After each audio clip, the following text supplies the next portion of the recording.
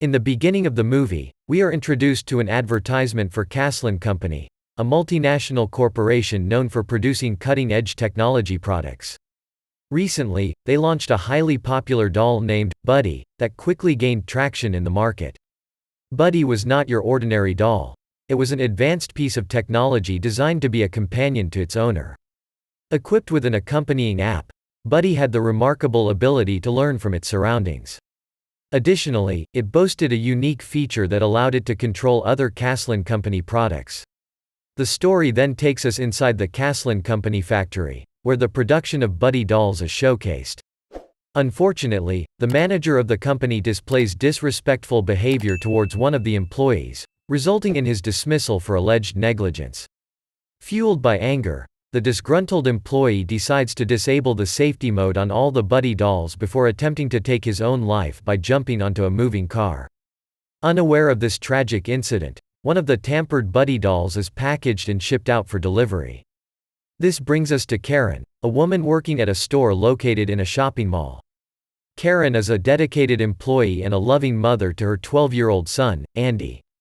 A few days ago, a mother and her son moved into a new apartment, seeking a fresh start. Andy, the son, found himself without any friends in the new neighborhood and grew increasingly bored.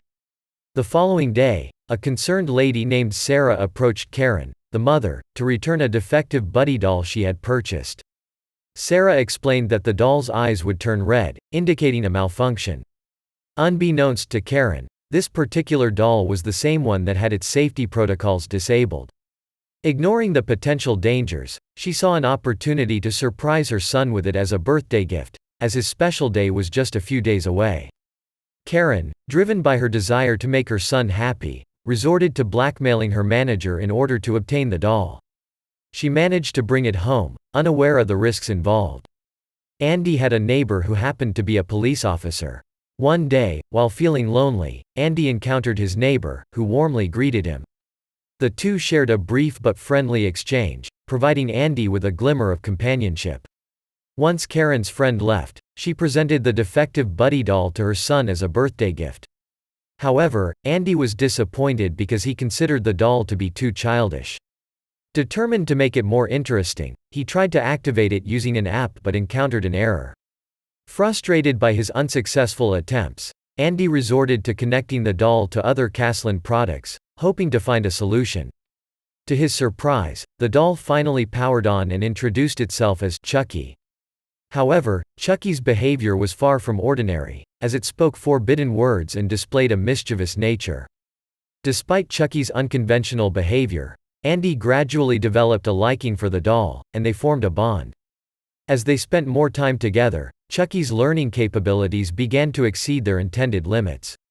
One day, Andy's cat accidentally injured him, causing him pain and distress. Observing Andy's suffering, Chucky's response was to try and harm the cat. However, Andy intervened, emphasizing the importance of not causing harm to others. Though disappointed, Chucky reluctantly complied.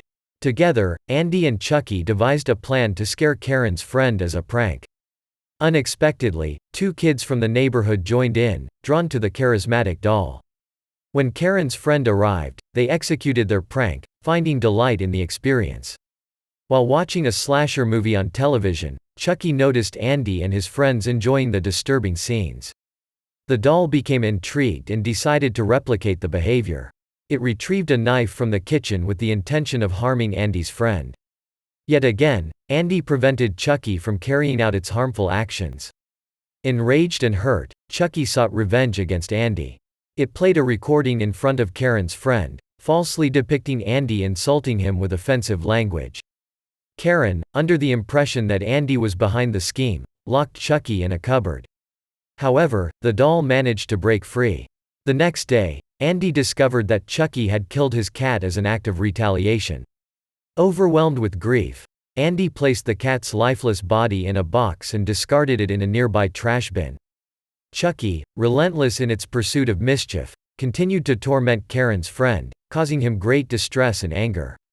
Andy faced the consequences of the situation, enduring his friend's scolding and warnings. Feeling hurt and longing for Chucky's absence,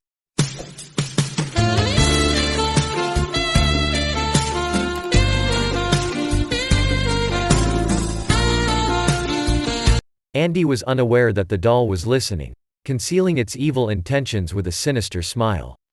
As events unfolded, Chucky followed Karen's friend to his home, ready to carry out its malevolent plans. Here we acknowledge that he's married and has 2 kids. Which means he was two-timing Andy's mom, and it's caused Chucky to seek revenge on this asshole. In the night, Karen's friend was taking off the lights from the house on the stairs. But Chucky knocks him down the stairs. It detaches his head using a grass cutter. Afterward, attacks him with a knife and kills him. After killing him, he peels off his face's skin. It then puts his skin on a watermelon and gifts it to Andy. Andy gets scared seeing this. He calls his friends. They also get scared of seeing this. They forbid Andy to inform the police. They ask him to throw it away in the dustbin. They wrap it with gift paper, but Karen sees them. Andy tells her that this gift is for his neighbor's mother. Karen goes with Andy and gives this gift to that lady. Andy asks her not to open the gift before her birthday. Andy comes to dinner at police officer's house. Availing the chance, he grabs the head and walks away. It throws it in the dustbin. Chucky had become a danger for all. All those friends think to deactivate Chucky. But Andy was unable to do this. He was feeling difficulty in doing this. Because he was so attached with Chucky. But still, they disable it and throw it in the garbage can. An electrician from that neighborhood finds this doll. He tries to activate this doll. He wanted to sell it to earn money. But when that man activates it, Chucky attacks him. He controls a table saw and kills that man. Here we come by the fact that Chucky can control any company product. After activation, Chucky doesn't go to Andy but one of his friends. Andy's friend names him as he likes. In the mall, Andy gets to know that it's the same Chucky whom he had. They both fight because of it. After the fight, Andy finds his friend's cell phone. He keeps it with him. At night, he uses the Buddy app and tries to locate it. He gets to know that he's following that police officer's mother. Her car was also a product of Caslin Company. Chucky controls it and she gets into an accident. Then it gets into the car and attacks her. Then it kills her. Andy tells everything to her mother. But Karen doesn't believe him. On the contrary, she scolds him for stealing his friend's cell phone. She goes to return this cell phone. Then Chucky turns on the TV. It shows him his friends. Seeing his friends there, he gets angry. He starts breaking Caslin products. Karen witnesses this. The next day, she takes Andy with her to the mall to have an eye on him. Buddy 2 was going to launch today. Andy's friends were worried about him. They try to locate Chucky on the Buddy app. They get to know that Chucky is in the mall too. On the other side, the police find Karen's friend's face. He recognizes that it was the same gift that Andy bought for her mother. He starts doubting Andy that he's somehow connected to these murders. Andy's friends come to the mall and alert Andy. In the meantime, the police officer also comes and arrests Andy. Buddy 2 had launched in the market now. Everyone comes there to buy it, but Chucky turns on all the drones and attacks them. People get panic. Many people die meanwhile. A drone also hits the police officer. Then Chucky locks the whole mall. It controls Buddy 2 and uses them for the attack. A bear doll threatens Andy's life, but his friends come to his rescue just in time, saving him from the imminent danger. Realizing the severity of the situation, they all start running away from the bear doll. However, Andy notices that the doll has captured and restrained his mother in a precarious situation. In order to protect the lives of his friends, Andy instructs them to leave and ensures their safety. Determined to save his mother, he stays behind alone. Andy bravely confronts Chucky, who has tied Karen's neck with a rope connected to an elevator. A fierce battle ensues between Andy and Chucky. At one point, Chucky attempts to stab Andy with a knife, but Andy confuses him by singing the Buddy song, momentarily distracting Chucky. Seizing the opportunity, Andy throws Chucky away and rushes to save his mother by cutting the rope. In a final act of defense, Andy stabs Chucky with a knife, seemingly neutralizing the threat. However, Chucky relentlessly comes back to attack Andy. Just as the situation reaches its climax, a police officer arrives and shoots Chucky at the perfect moment, delivering a decisive blow. Karen, with her quick thinking, detaches Chucky's head and forcefully throws it away, ensuring that he can no longer cause harm. Both Karen and the police officer are then rushed to the hospital for their injuries. Andy, accompanied by his friends, proceeds to break Chucky into pieces, symbolically dismantling his reign of terror.